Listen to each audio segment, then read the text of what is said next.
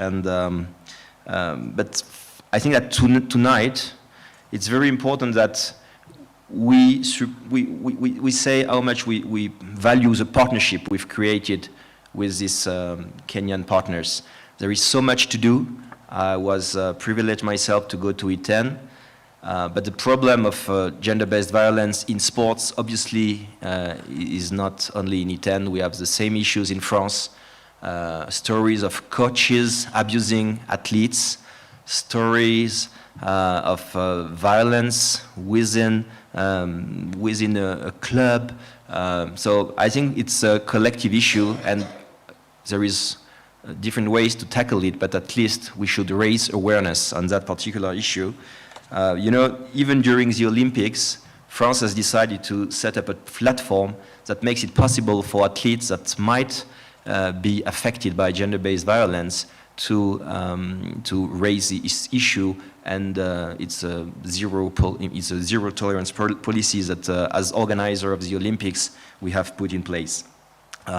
We support many NGOs in Kenya. I will just name a few of them. Transforming Young Stars Africa, which is an association which promotes social and economic inclusion of young girls and women in Turkana.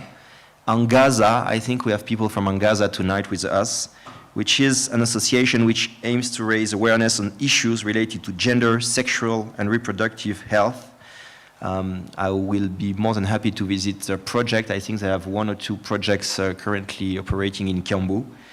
And beyond that, there are many events we want to organize. We want to invest a lot on sports in Kenya, including making sure that infrastructures, facilities are there for young Kenyans to train and to have the opportunity to become champions. We recently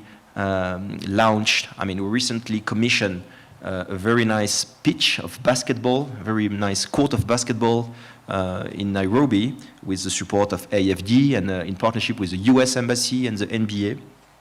But we also had a very nice event at the Alliance Française in Mombasa a few weeks ago on sports and making sure that sports is also a good tool for women to empower. And it was an event on boxing, and back to back we had also discussion on GBV. So I'll stop there. I'm so glad that we are so many tonight. At the same time, I think that Kenyan athletes are competing for the gold medal in 5,000 meters. But I think that the discussion we'll have is at least as important. And I'll be very happy to host you with Charles, of course, for the cocktail we'll have on the rooftop after this very important discussion. So please stay until the end. And I'll be more than happy to have a private chat with some of you. If you have good projects, if you have ideas, initiatives, I'll make sure that we'll try to support it, and count on us. We'll be with you. Okay? Thank you so much, and have a good discussion. Merci beaucoup, Lionel. Thank you very much. We need 1 or 2 minutes to settle the stage and to ask Caroline to introduce the panelists. In the meantime, I would like to thank Lionel for the investment and the support we received during his mission in Kenya. So thank you very much on behalf of Alliance Française. You can applaud him, please. He deserves it. Okay, we are ready now for the discussion. Caroline, would you be kind enough to introduce your prestigious panelists?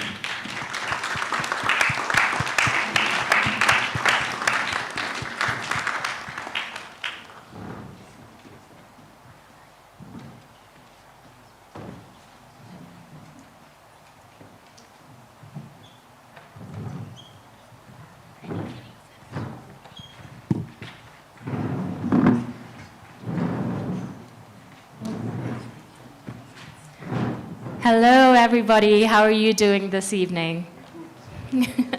Lovely. Thanks so much for coming out for, this screening. Definitely I can already sense it's a heavy mood. It's a somber mood.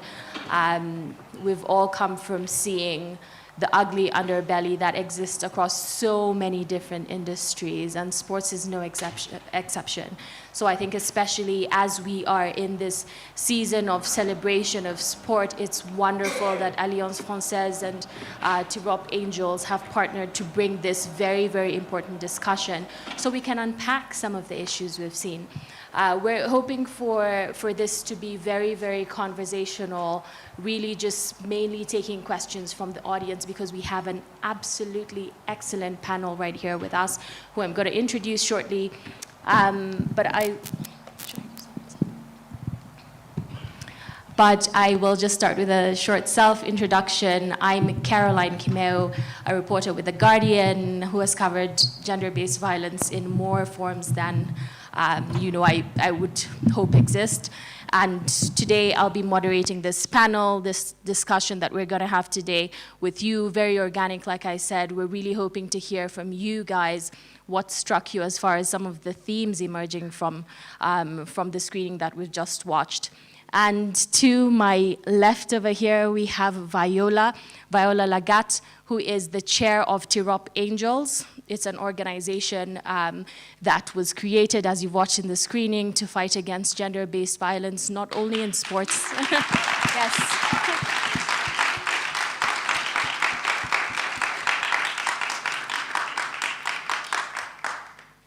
And Viola over here also is someone who knew Agnes Tirop intimately. They were friends. They were people who had trained together. She's a Kenyan athlete herself, and she was the second place winner in the New York Marathon for 2021.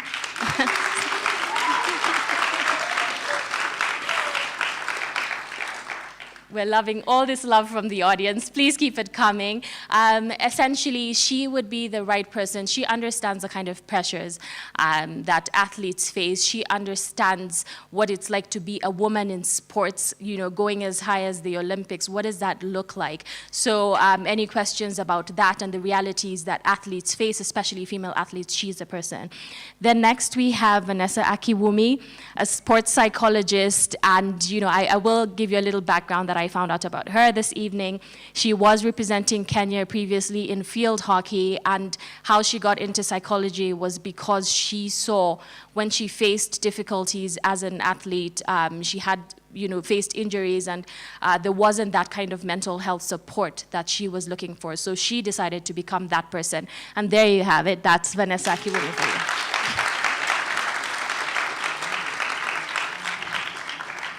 And right next we have Julian De Maria.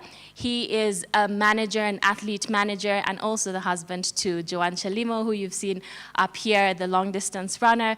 He will be able to tell us everything about, the realities that athletes face from the time that they begin training until, they've sort of made it. He understands about the partnerships, the contracts, the things that leave athletes vulnerable, including financial management. He would have that back-to-back and will be able to tell us who are some of the people who should be responsible for these things not to happen? What are the situations that made the kind of situation we saw with Agnes Tirop possible? And not only Agnes Tirop, it's many other women, some of whom we don't even get to hear about. And lastly, over there we have Japheth Kimutai.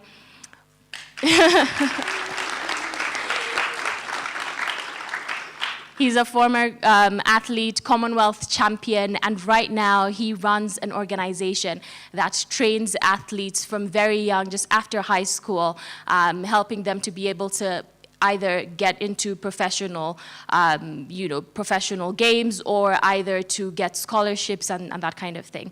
So thanks very much, everyone. This is your excellent panel that's here today. We're looking forward to having this be such a dynamic discussion. And with that said, I'd love to kind of throw it to the audience. If you have any question, please go ahead and lift up your hand. If not, I can sort of ignite the discussion here with some of the panelists. Do we have any questions burning from the audience right now? Okay, people are still shy. Okay, I see one person over there. Yes, Could we pass the microphone to him? And in the meantime, before he speaks, I think some of the, I'll just say what struck me was how young female athletes are getting. They're entering into learning how to do these sports, entering into training at a very young age. And thinking about when you meet essentially they meet their men, their husband, to be husbands potentially, or boyfriends at that point, who then become their coaches. And they're buying them necessities, small basic necessities to even be able to train, like shoes, etc. So start thinking about that dynamic, I think is really important in terms of how do these women enter into situations that make them vulnerable to gender-based violence? What are some of the structural issues and some of the realities that they face that allow this to happen? Please go ahead. Do say your name and your question, especially, and who the panelist, which panelist you're directing it to. Thank you so much, Caroline. My question goes to Vanessa. My name is Silas. And in view of what we have just seen, I'm trying to ask myself, when Tirop is in the training and Ibrahim has sent someone to lure her home for a conversation, and you have that opportunity to discuss with her, what advice will you give her? Will you encourage her to stick to her marriage and change how she handles it? Will you ask her to exit, knowing very well this man has made it clear, if you leave me, you must die? So what kind of advice will you give her to ensure that she is alive? Thank you. Thank you for that question, and I think it's a very valid and important one. I'll start by saying it goes back to education, and I think something that is being talked about a lot, towards the end, especially with the Tirop Angels, is that once you have a platform or a team behind you that are willing to, or that are there to listen to you, I think you feel a bit more secure, and you're able to, I think, make decisions for yourself and not have to be guided so much by another person. But I think in that moment, I think it's really important to have a team that are there to help you out. So I'm not going to say would I have said yes or not to go. I wasn't in that situation, and I think there's a lot of background that goes behind it. But I think the most important thing to take away from that situation is it's okay to seek help. It's okay to have someone to confide in that is not necessarily your friend or your family, but a professional that is willing to guide you and help you out on your journey, especially at such a young age. So I can't give a definitive answer of what I would do in that situation. I think the best thing as a mental health practitioner that you could do is allow the person to have some time to make a decision. I think a lot of times we're rushed into something and your mind sort of goes to the easy solution or into your fight or flight way of thinking. And I think when you're provided with time and maybe a support system behind you that is able to rationalize situations, I think that's the most important thing. So I hope that answered your question. I know you wanted a yes or no or exactly what I would have said, but I don't think ethically that would have been the correct approach.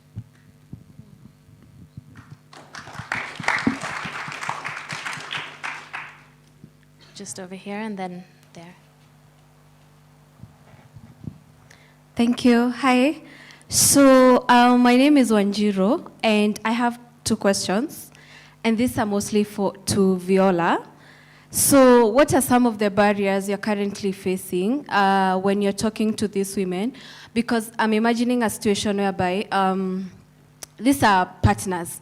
So there's the aspect of love on and off. So are you facing some barriers whereby this woman maybe might be facing? Because I know there's some men who can really act so nice, and then the other minute is so evil. So what are some of these barriers that women have come complaining to you and the young girls about this gender-based violence?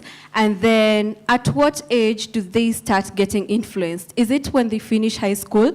And at this point, how are we able to tap into their mind to because I can imagine being a teenager, that is the time you are ripe in puberty and all that. You might not heed to parents' advice. You might just think, in Swahili we say kukazia, so you might just think your parents are just being hard on you, or this person who comes and advises you. So how are you able to type into their young minds and like help them paint a bigger picture of how this can end? Like this person is just out to like misuse you. And then is it only their coaches, or do we have other people who are out there like influencing them and like just manipulating them? Thank you. Thank you so much for your question. I'll start with the first one where you asked about the hurdles or the challenges that we go through when we have victims of gender-based violence calling us and reporting what has happened to them. One of the biggest challenges is actually the athletes themselves making that decision to walk away from the violent situations. It has happened over and over. And what we do as Tirop Angels, at the beginning, I'll give an example. We would have an athlete calling. They would be coming to us with bruises, obvious bruises on their faces and everywhere. And then we would ask them, what would you think you want to do? Because at the beginning, we would start and we would be telling them, hey, you need to report to police station, you need to walk away from that situation. But then we realized it's up to them to decide, because there were points where we were taking them to police station to write these statements, and then they would go back to their boyfriends and say, Tirop Angels made me do it. And so our lives literally were in danger because people would be coming for us. So when it comes to that, we got a psychologist or a counselor who is working with us. Her name is Selena. She's amazing. She has a way of handling these issues, and we have seen a lot of changes when it comes to that, because she now has the psychological perspective on how to handle these issues and how to approach how this person is going to walk away from this situation. Or she would be asking them, is he being abusive? Do you need a place to stay for a night? And so for us, it would be easier now that we have someone responding who has a better understanding. And then the second question would be about tapping into the young minds before they're being corrupted. That is something that happens very early. As we have seen, Agnes dropped out of high school because of the pressure from the boyfriend, or the so-called boyfriend, because he was much older than her. So for us now as Tirop Angels, we have a camp for young kids from grade 6 now to grade 8. We currently have 26 kids who started the camp today in Iten, because we realize if we don't start young, we are going to lose them. Because by the time it gets to a point where they've been corrupted and they cannot make better decisions for themselves, we can't really do much, because now it's up to them to help us help them. So we have a psychologist still. She puts them in groups. We call them support groups for kids. They would be running, and then we would have counseling, and then we also have taekwondo, which we would teach them about self-defense. And then we just make sure that they understand that it's okay to report when they have these issues, or somebody tries to approach them in a way that is not acceptable. And then could you please, do you remember the last question? I think there were two. The last one is it only their coaches that manipulate them, or how to manipulate them? It is actually almost everywhere. It starts from, let's say, a coach to a massage therapist to an agent.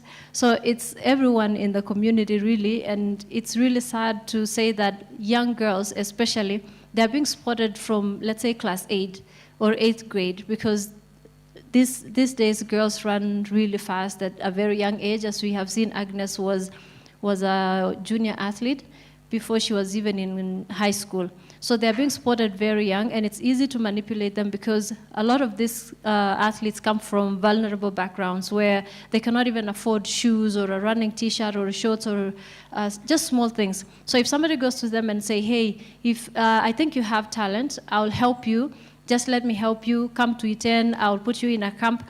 And from that day on, trust me, they're never going to go back. It just gets worse from there. So it's really everywhere, and that's why we were very happy and privileged when the French embassy came and they're trying to empower women to be coaches. That way we don't have only men dominating these athletics professions.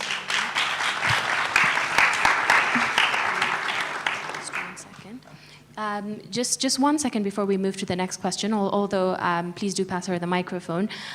Julian had said something extremely important in the pre-session where he was essentially talking about sometimes seeing husbands negotiating contracts on behalf of the wives who are the runners. So I'd just love for you to speak about that briefly, because I feel like it provides important context into why women can remain vulnerable even after they are athletes and perceived, what we perceive to be top athletes. So if you could speak about that, and Japheth, I think it would be great if you could touch onto the problem with financial management that makes poverty run through generations even when people have these opportunities. Just really quickly, and then we'll move to the next question. Yeah, thank you, Caroline. Good evening, everyone.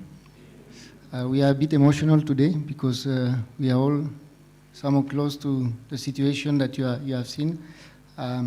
Concerning what you are saying, it's very true. One of the main issues we have, it's the whole system of professionals around athletes.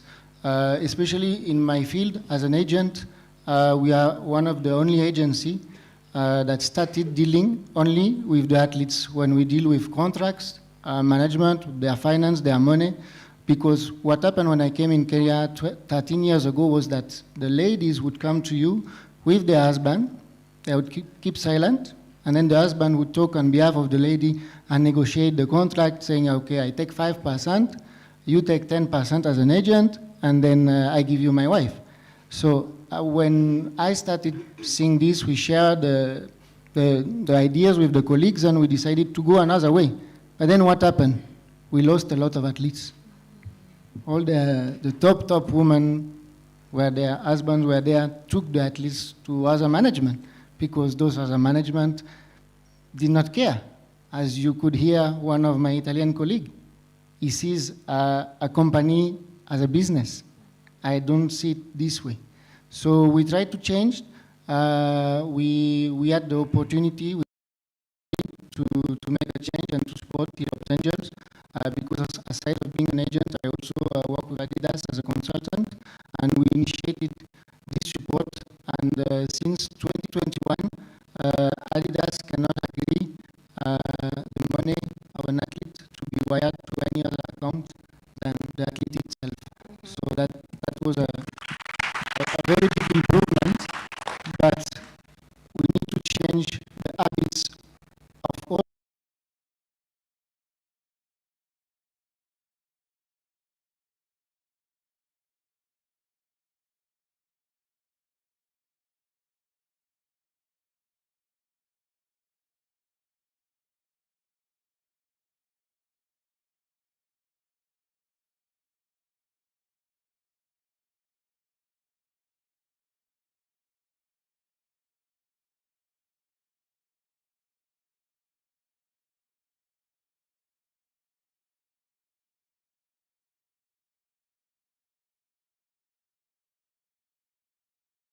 To make progress, because we have been vetted, like last year as agent, we have been vetted, especially on integrity.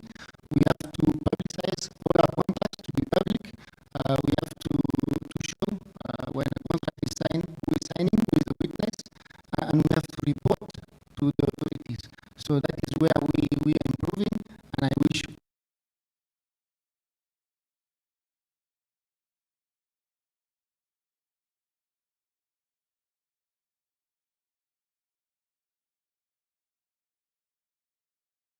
change locally on the grassroots level for these young girls in schools, but also for the young boys. Because if you don't, you can help the girls, but if you don't change the boys, nothing is going to happen.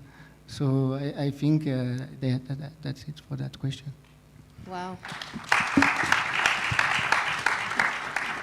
Punju? Is it right? Punju? Yeah. Thank you. That's the only word I know in French. Now, thank you, Caro, again, and it's so devastating watching what we've seen. And all this is because of money. It comes down to money. So I would want to say especially for the professional athletes, they should be able to have a financial advisor. If you go by that, you will actually get a right advice from someone who knows how to utilize the money. Someone who would actually advise you to do the right investment. You will get an advice from an expert point of view. And it also has to come with trust. Whoever you choose should be someone you trust. Because when it comes to money, totally a different story. So every other time, every other day, when you hear athletes winning money, when you hear, it's a lot of money. It's not just 2 shillings. And if a lot of money comes in here without education, it will be a big problem. So we'd always advise our athletes to, they should not actually drop out of school, they should continue with their education, so that they will actually get to know what they should do in their lives with the money. If they want to live longer, they should get to know what they are doing.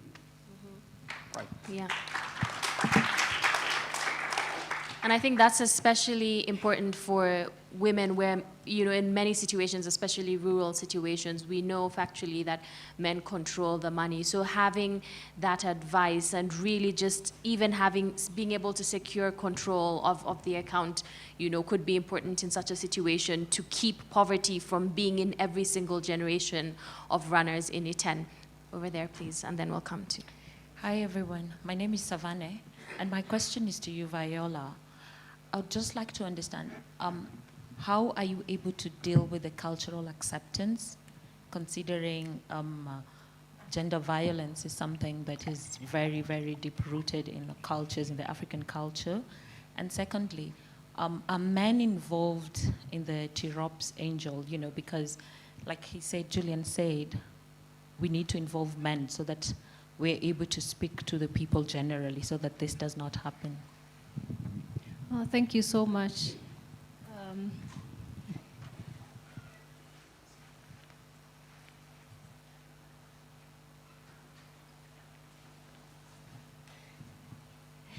Sorry about that. I kind of focused on the second question. You were asking me if men are being also involved with Tirop Angels. Yeah, I would say yes, we have men who are being involved. 3 men out of 5, Joan and myself, are the only trustees in Tirop Angels. We have the father of Agnes and 2 other men who are also involved. And outside of just the board members, we also have athletes who supports what we do, like Amos Kipruto, Abel Kipchumba, who are athletes in Iten also. We have county officials in Iten. So this is how, this year, we started working with local chiefs, and 90% of them are men, because we realized that there are issues that are deeply rooted in the community, like FGM, that were very hard for us to access victims of FGM. And the reason for that is because the perpetrators themselves are women.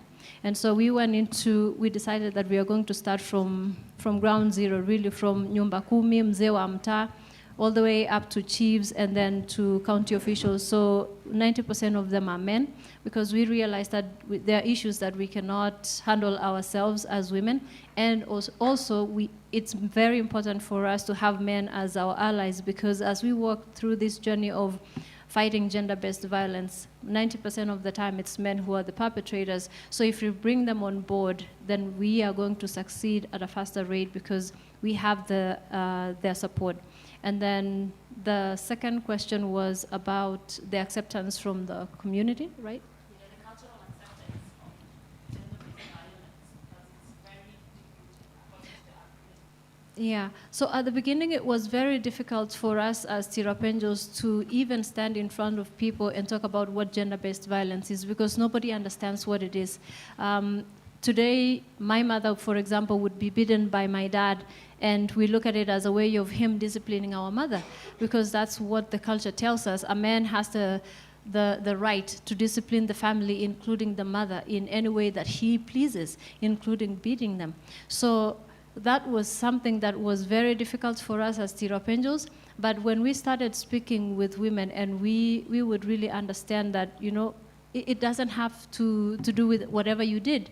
It's just the man wanting to take control over your life. So we started empowering women. And on top of that, we brought men along to walk this journey with us, because we were telling them, we brought them to a position where they felt vulnerable themselves. We were telling them, can you imagine your daughter, the one that you love so much, is being beaten by someone to a point where they can't even wake up to the following morning to make breakfast for the kids? How would you feel as a father? So they realized that it's not something that it should be acceptable, and the culture has to change.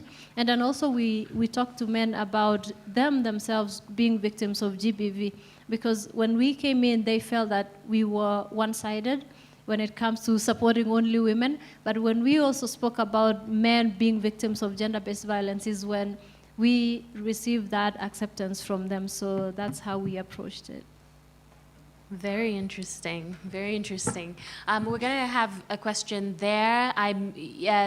Let's try to keep it to one question, please, ideally, so everybody can have a chance.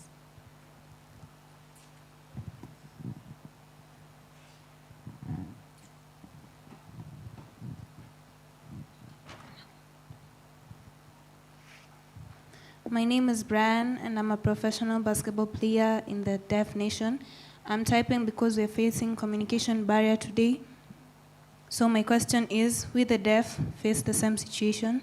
Does the organization offer the same for people with disability who are in sports? If no, what are the future plans? Are you gonna do the investigation? I'm speaking from facts because we feel neglected and the future looks doomed. Sorry, who's the question for? Who's the question directed to? Or it's general. So let's have, who is willing to answer? Sorry, I don't know the sign again, but we are really sorry. We didn't know. We needed a sign interpreter in that case, but I think the management can work on that so that they can actually be there with what we are saying. Sorry about that.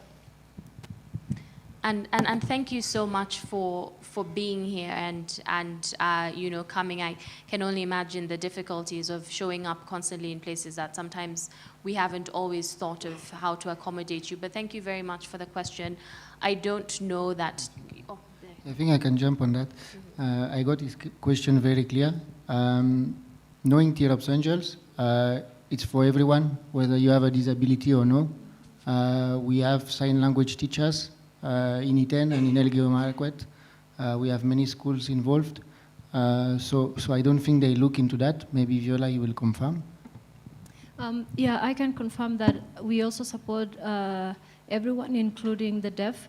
For example, when we started bringing in a counselor or a psychologist to help us, we also asked her to bring along a psychologist who can interpret.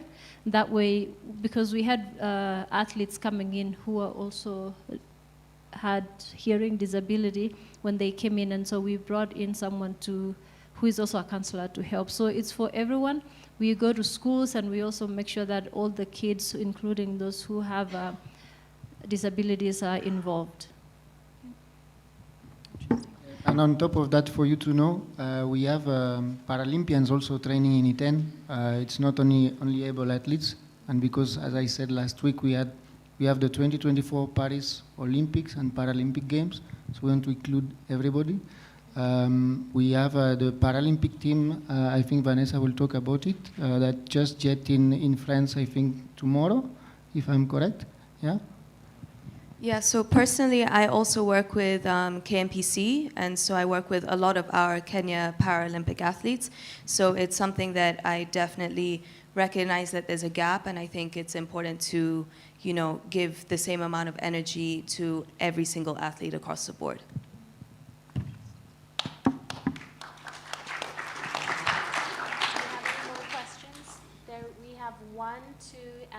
3. I'm looking out for the time signal. If they, so we got 1, 2, and then 3 here. Hi, my question is for Vanessa.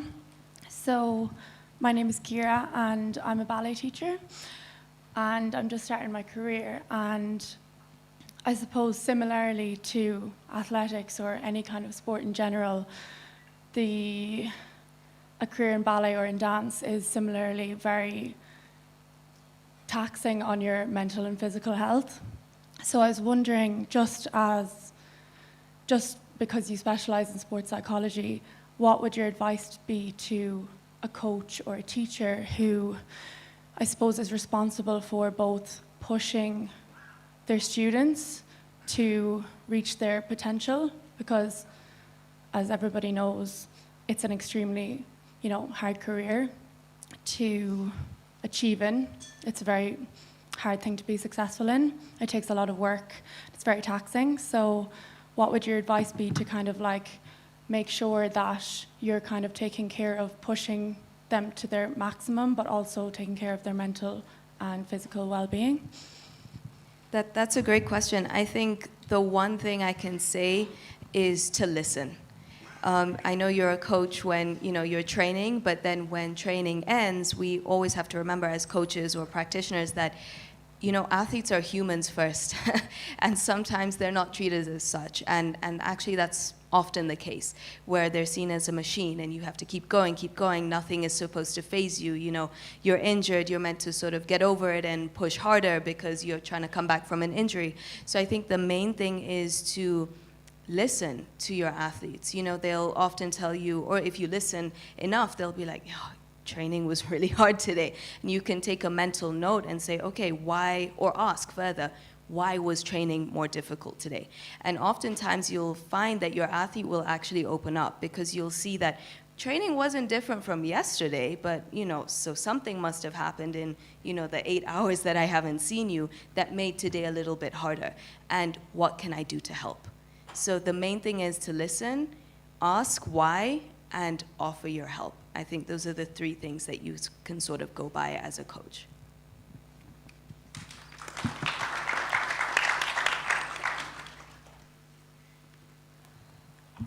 Hi. I think my biggest question and my tiny friend here is, how do we prevent this from ever happening again? Also, what do we tell our young athletes? Like the 3-year-olds, the 5-year-olds I visited there. Most of them don't even have school shoes. Wanatumia Crocs kama viatu. So I'm asking, what do we tell these young kids? What do we tell them? Unawambia cheki utapigwa baadaye na bwana yako, so usizoe kuitisha more money. So what I'm asking, what do we tell these young kids? You as Viola, it's Viola, what do you tell the young kids in your place? What do you advise them about their husbands and their significant others, and them being part of the Olympics and shit? So what do we tell them? Just before you go, thanks so much for that excellent question. How do we prevent this from happening again? I think honestly, I would love to hear just quick one-liners from all of you on that issue, because I think that's essentially what we're doing here today.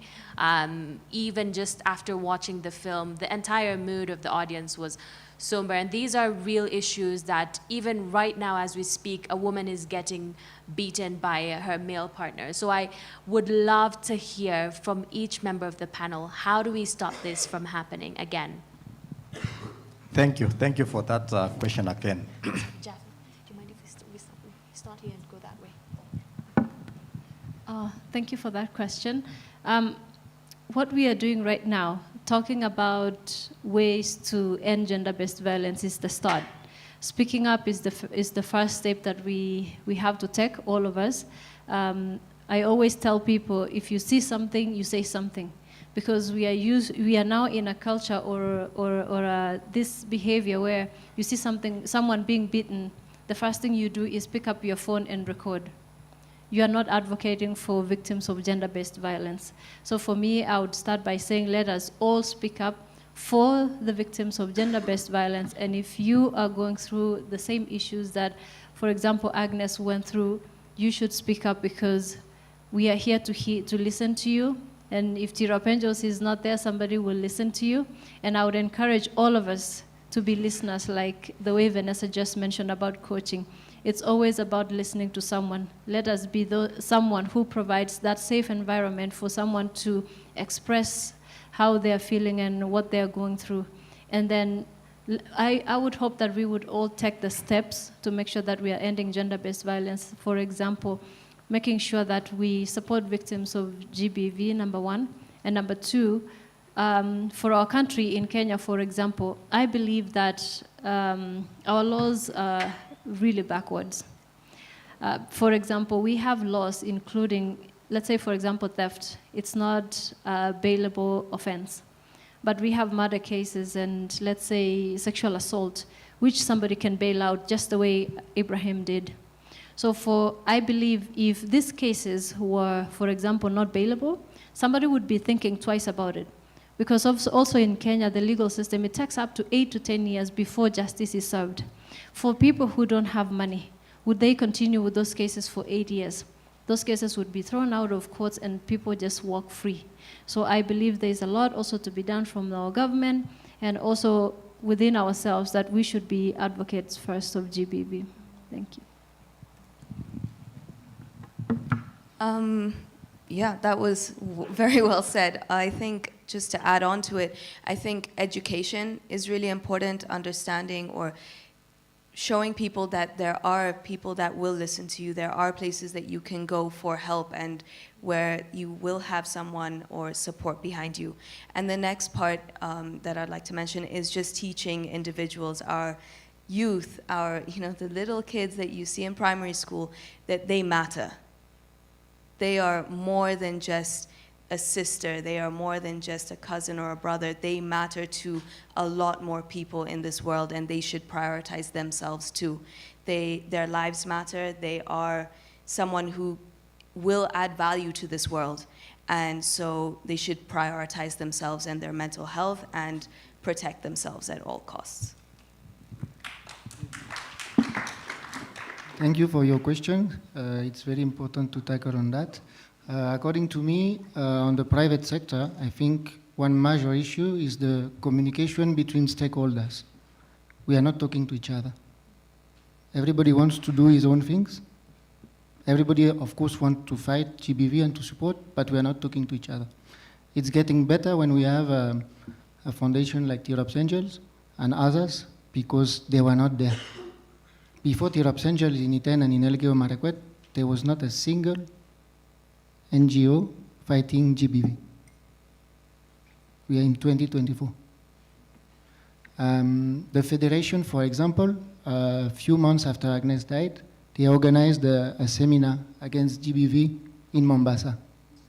They invited the parents of Agnes. They give them some little token of appreciation, and that was it. They did not even involve Tirop Angel. They did not involve the athletic community. They did not involve any other stakeholder. We have the chance in this country to have an embassy that is working very well on sports and gender, thanks to Lionel and Mr. Suke and their team. For the first time this year, we organized a coaching seminar in Iten, where we involved a certain number of ladies. We had 24 coaches, 10 must be ladies, and they were there. So we are starting such initiative, and we have to follow the path of this kind of initiative to bring people together and people who have power. You know, us as a private entity, as agents, we are bringing millions of dollars in this country every year. We have power. Other agents are there. Shoe companies, Nike, Adidas, now we have Decathlon. We should not ostracize others. We have to welcome each other in this initiative. So I think, from me, that's my point of view. Thank you. Thank you. I think you have actually summarized everything, but I want to just say, I think the law should be changed.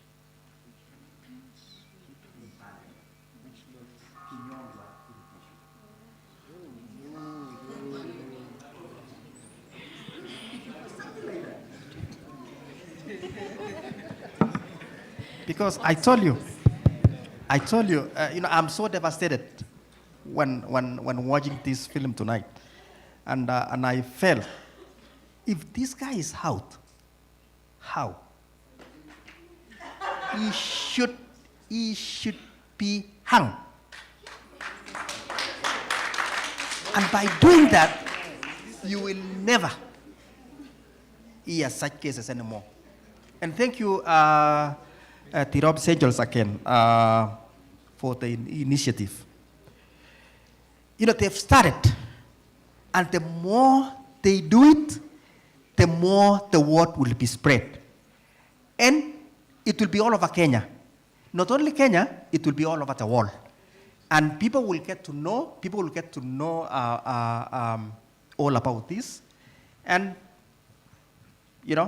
I will still come back to Kinyonga. Thank you. Okay. Hold on that point, I do have to say that the death penalty is a controversial subject on which there's a range of views. I see someone here waving their constitution in opposition to that, so I just want to acknowledge that it is indeed a hot topic on which there isn't much necessarily agreement.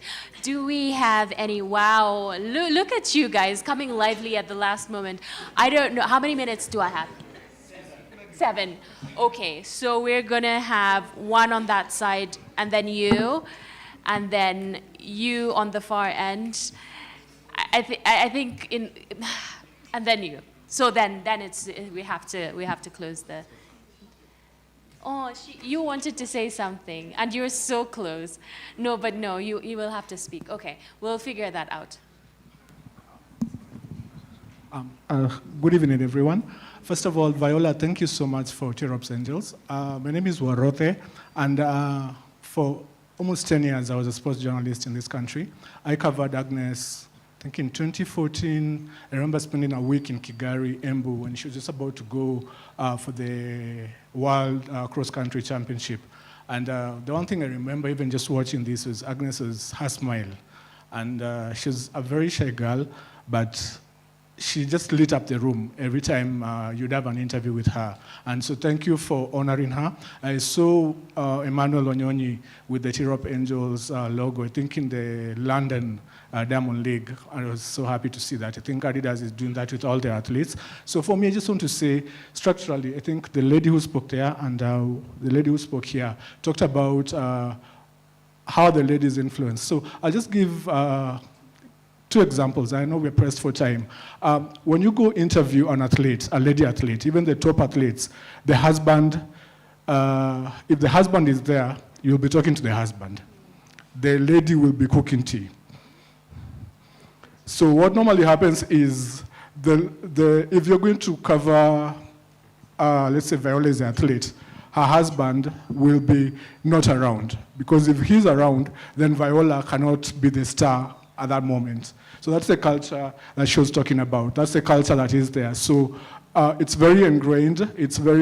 There's a lot of things that people never get to see. But when you get to the community, then you get to see them. And when you say the gender-based violence, so the gender-based violence is, I guess, the extreme end of it, where we get to see Agnes is dead. But even before that happens, there's a lot of things that happen that should not happen, but they do because the cultural values that have been ingrained over and over are there. So for me, what I'd ask Viola is, and I know Julian has touched on it a bit, women-only camp, women management, because I think that would actually make a difference structurally, because during this Olympic period, I've been doing storytelling around the Olympics, and what you get to hear is, I met my husband when I was 18. So someone is 30 years old, they met their husband when they're 18. And they were going to camp, they didn't have money to go to camp, so the husband paid for everything. But for them, it was an investment for, I will pay for you, you have talent, I will reap benefits for the rest of my life. So if there are women-only camps, if there are women-only management, then that would make a difference. So I think, I know Julian talked about it, about the coaches being trained. There are a lot of athletes who are former athletes. So I do hope that you do women-only camps and women-only management teams, because I think at the structural level, that's where it starts. When someone is 15 years old, they're being groomed to get into a relationship or a marriage. By the time they are 18-year-old and they are getting to win, then it happens. Thank you.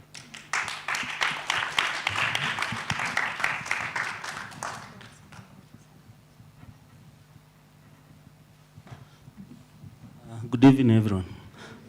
I'm Eric Godia. I work for MSDP Kenya, which is based at Mukuru there. We have received the fund from actually the French embassy. But my question is this, that most of the time, you hear that it's only the athletics. But have you approached other federations so that this can be incorporated in all the sports? Because you hear these cases, like in football, you will hear these cases because you find when selection are done for the national, either team, either under, from each category, either from under 11 up to, because in the national teams, you will hear these cases where I was selected because I did this to the either coach or the people who are doing the selection. So are you incorporating all these to other sports? Because if we are only talking of only athletics, then what about the other sports? Because like for us, we received the funds, but what we are doing, because one of the program we are doing is the sports and the performing arts. But we have employed, we have employed coach ladies for the sports and performing arts instructor, a lady for the, because when you have the other gender in the sports, something will get out and people start creating interest on other things, isn't it? But my question is, have you incorporated other federations in line to fighting this GBV? Because in all the sports, thank you.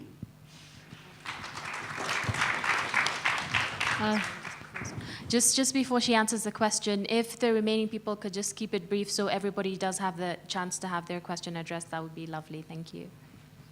Thank you for your question. At the moment, we are just working with athletes, to be specific. When we started Tirop Angels, it was just out of what happened to Agnes, who was an athlete.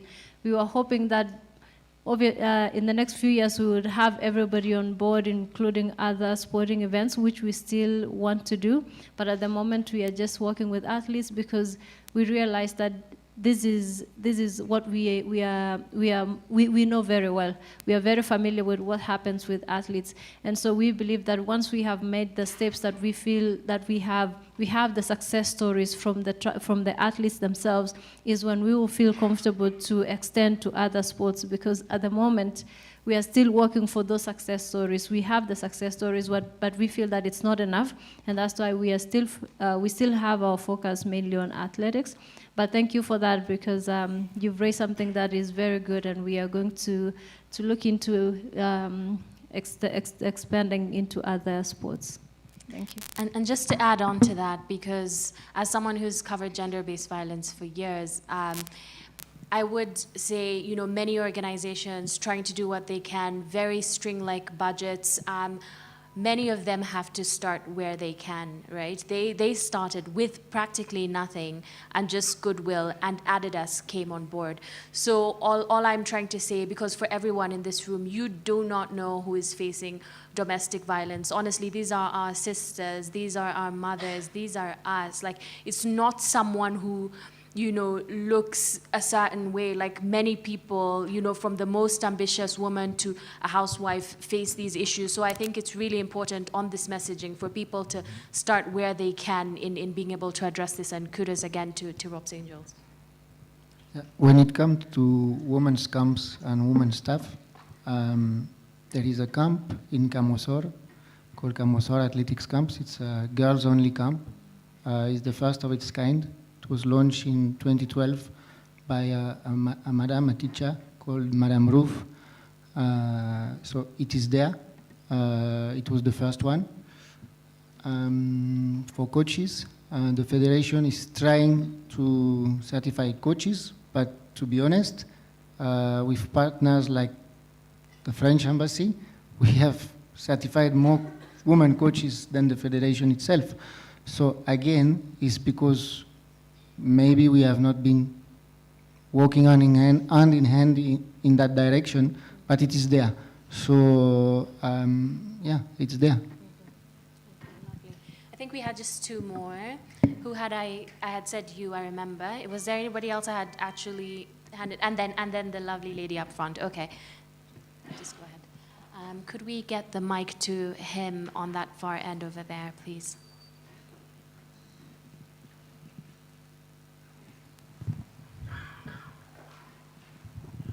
Good morning, good evening, everyone.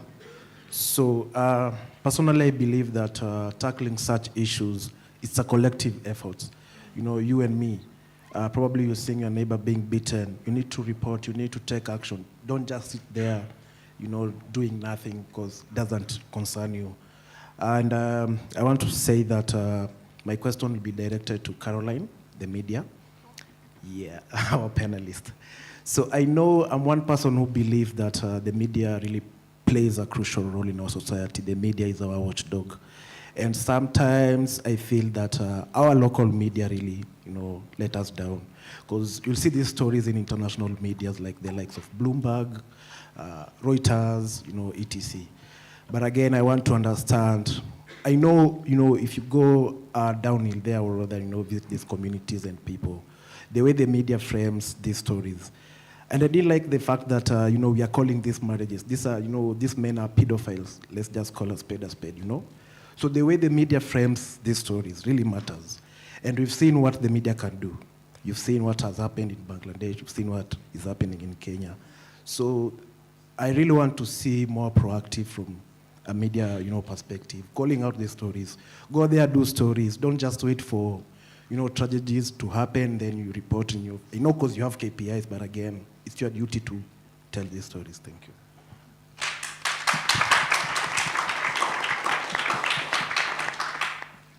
So I think it's more of a comment you were directing to me, and I will comment on your comment.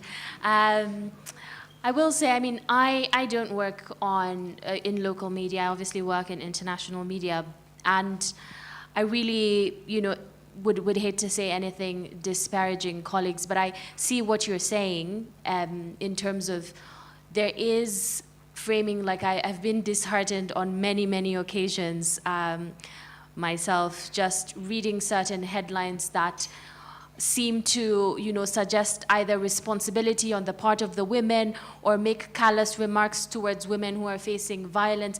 This is in the media every single month. You're not going to miss such a story. Or as you're saying, completely overlooking age disparities and factors that go to power dynamics, right? At the same time, I do think we're having these painful conversations as media every day on ways in which we can improve the work that we do, in ways that our work will look at context, our work will look at power relations, because this story, and huge kudos to Simon Marks, the reporter who worked on this, and the entire team. They looked at so many things. I actually had to write to him and tell him the storytelling was so deep. It was like literally having a bit of a closer look. I felt it was almost voyeuristic in terms of, I felt I understood her a little bit better. Where does she come from? What did her life look like? And bringing in that context of even the age differences between her and Ibrahim. And again, like who was managing what? He was her coach. I was asking myself as I watched this, do you just become someone's coach? Is there no qualifications? Once you're a husband, you become a coach. Like, you know, these are the things that I hope we can continue thinking about a bit more. And it pleases me so much to see the number of men we have in this audience. Because I will say there's so much power in having allies, you know, it makes all the difference. And never underestimate how much your single voice can mean. And I say that as someone in media, like I say, writing these stories, sometimes it does seem like, it does seem very despondent sometimes. I will say that when you're looking at the individual situation and you're thinking, all I can do is put this woman's story out there. But that matters in terms of this reporter doing that has brought all of us today in this audience talking about this issue during the Olympics. And thanks so much to Alliance Française for taking this moment, seizing this moment to tell this brilliant and very deeply disturbing story. So that was a long comment to your comment, but that's the essence of it. I think there's improvement happening slowly and painfully, but it is happening. So let's remain hopeful. And just lastly, over here at the front.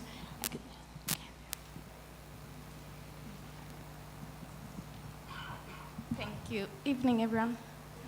I also don't know if mine is a question or a comment to a comment, but I think from the discussion, I think what we have is like a failure of a full system, because then you have very young kids going into camps with no parental, no guardians, it's just kids going into camps.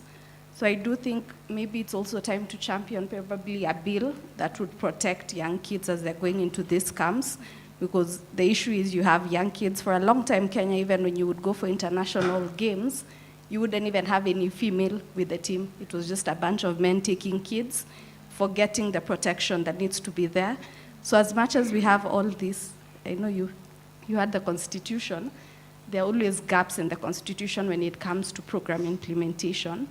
And I would say, fortunately, I am in sports for development. And I can tell you for a fact, when I started, I would only be we would be like 4 women in any sports room talking about sports in Kenya. So we do need to push more for women to not just be coaches, but actual women in leadership. Because as long as we have women in leadership, then we would be able to say, you can't do that. But when you have equals, then there's no one to say no. So I would say those are the two things.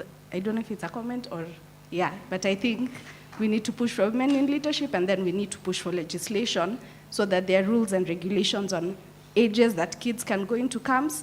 And when they're in that camp, are they allowed to just leave when someone is aware that there's something? Like, what is the protection within that camp system?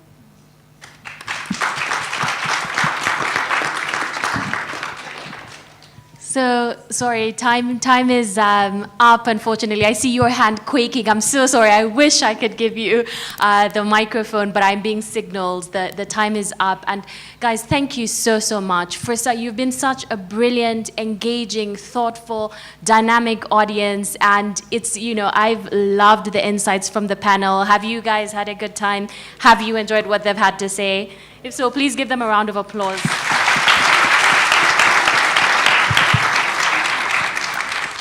A huge thanks once again to Alliance Française and Tirop Angels for hosting this wonderful gathering. It's just been so insightful, and every day, I repeat, please, let's not underestimate our own individual capacities to make small changes within our own communities, within our own spaces. If you see something, say something. Had that been done, we would still be with Agnes Tirop today. Thank you very much for coming. Caroline, just one word to finish. I like to end on positive notes. 3 years ago, there was no Tirop's Angels. Today there is Angels. So impossible is nothing, and let's continue the journey. Thank you. Absolutely. Merci infiniment. It was brilliant. I don't know, we were there every minute with you, and it was great. Angel in Greek means messenger. We have to be the messenger of this, all of us, women and men. I understood that very well. I'm very sorry, I will ask you 1 minute more, because we are going now to the lighter side of the Olympic Games. And we wanted to take the opportunity of the presence of our chargé d'affaires of the French Embassy to thank 4 people tonight, which are the photographers of this exhibition. I don't know if you have seen. And can I ask my colleague Isabelle to, I don't know where is Isabelle. Isabelle should be here. And we'll ask the chargé d'affaires to come on stage. And I am very happy to call Bobby Ombiro, Stacy Achieng, Beverly Lindsay, and Karanka Njendo on the stage, please. Where are they? Where are they?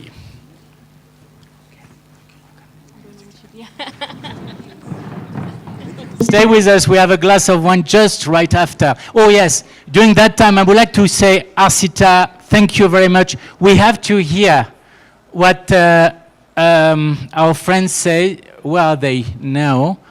Did they leave? So we are very happy to welcome the dev community every Monday for our film. And this is an engagement we have to make as Alliance Française. Every time we have an important debate or discussion, we must have a sign language interpreter. We engage ourselves. Arsita will do that. Merci beaucoup.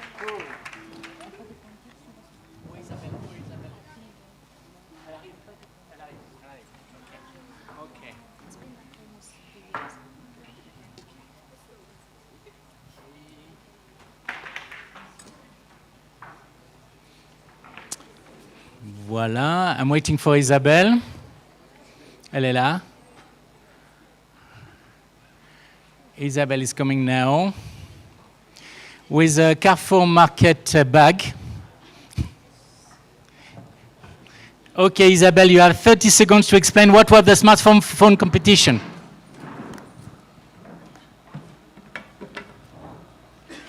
Okay, hello everybody. So the smartphone photo competition is a contest we organized for the Olympic Village for the Paris Olympic 2024. Yeah, more than 65 people participated to the contest. We selected 20 top pictures, and now we have 4 prizes. And so the prizes, there was a professional jury, athlete, photographer, communication officer of the embassy, 4 people in total. And we have the Instagram jury, which is you, all of you. So you could vote on Instagram for 24 hours, and we'll give now the rewards for this. So the third prize of this competition is for Stacy Achieng. Where is Stacy?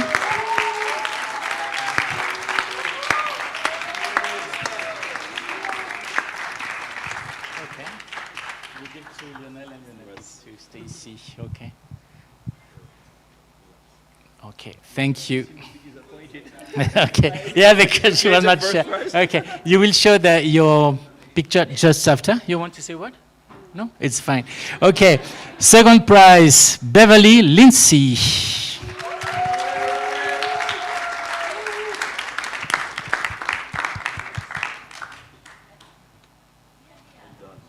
Okay, you can look here. Okay.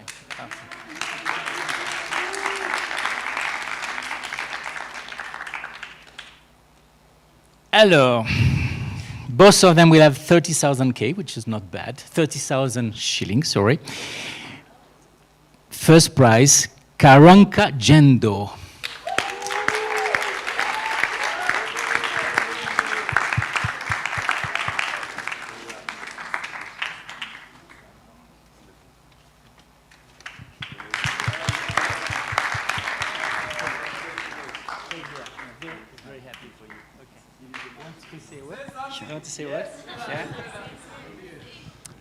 Good evening.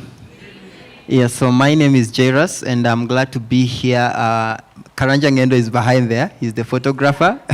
Yes. You can come say hi, Karanja. Come say hi.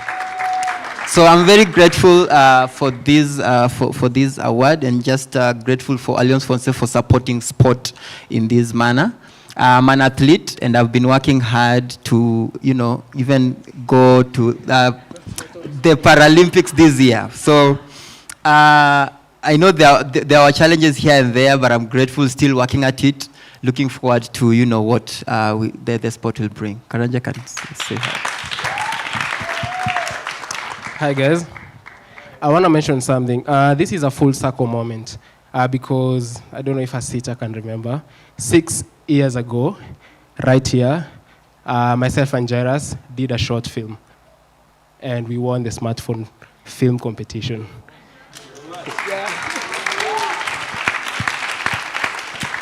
Yeah, and since then we have both grew in different measures. So we honestly want to say thank you to the Alliance Française. And today's conversation has been very important because I've been working on a documentary on athletes, and for the past 5 years. And when you go to the camps, where, because we are honestly speaking from a place of privilege of where we are speaking from outside. Because once you go into, I swear, Coach can tell you, Viola can tell you, when you go to the camps themselves, whatever is happening inside the camps, there's a lot that needs to be done, and definitely legislation, kizogo. Legislation should happen that should help happen. So Jairus, as we speak about systems and why they should work better, Jairus should be in the Paralympics this year, because he's participated in all of the trials. In all of them, he was position 1. In all of them, he was position 1. But because of technicality, hey, there we go. Hiya, goja. Okay, goja. I'm better in French, so let me try. Oui. No, CJ. So, but because of technicalities and whatever, they couldn't find somebody who could classify him. So that's why he's not in the Paralympics. But he's such an amazing runner.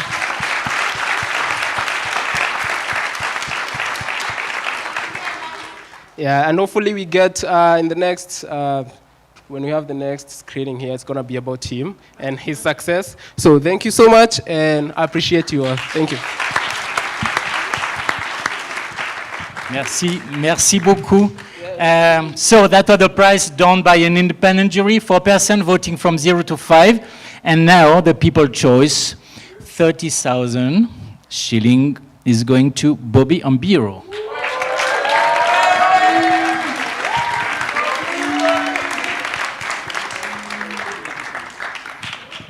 Congrats. First prize. Thank you so much. Say a few words to thank your friends who have voted for you. Well, good evening. Bobby Ambiro over here once again. Thank you so much, Alliance Francaise. Thank you for everyone who organized the photo competition. All glory to God, nothing much. Thank you. Thank you very much. Isabel, do you know how many people voted in total? 2 million. Nearly. But we have, 396 for this picture. Okay, wow. We have 22,000 now. Instagram followers is growing every day. So tell your friends. Once again, the panel of this evening was very, very high quality. You can meet them now with a glass of wine. Not on the top floor, but in the garden. So everything is ready for you. Also, you can follow up with Olympic Games activities. We are now fully involved in that. Merci beaucoup. It was great. Merci à notre chargé d'affaires. Thank you so much. Have a good evening. Join us in the garden now. Asante sana.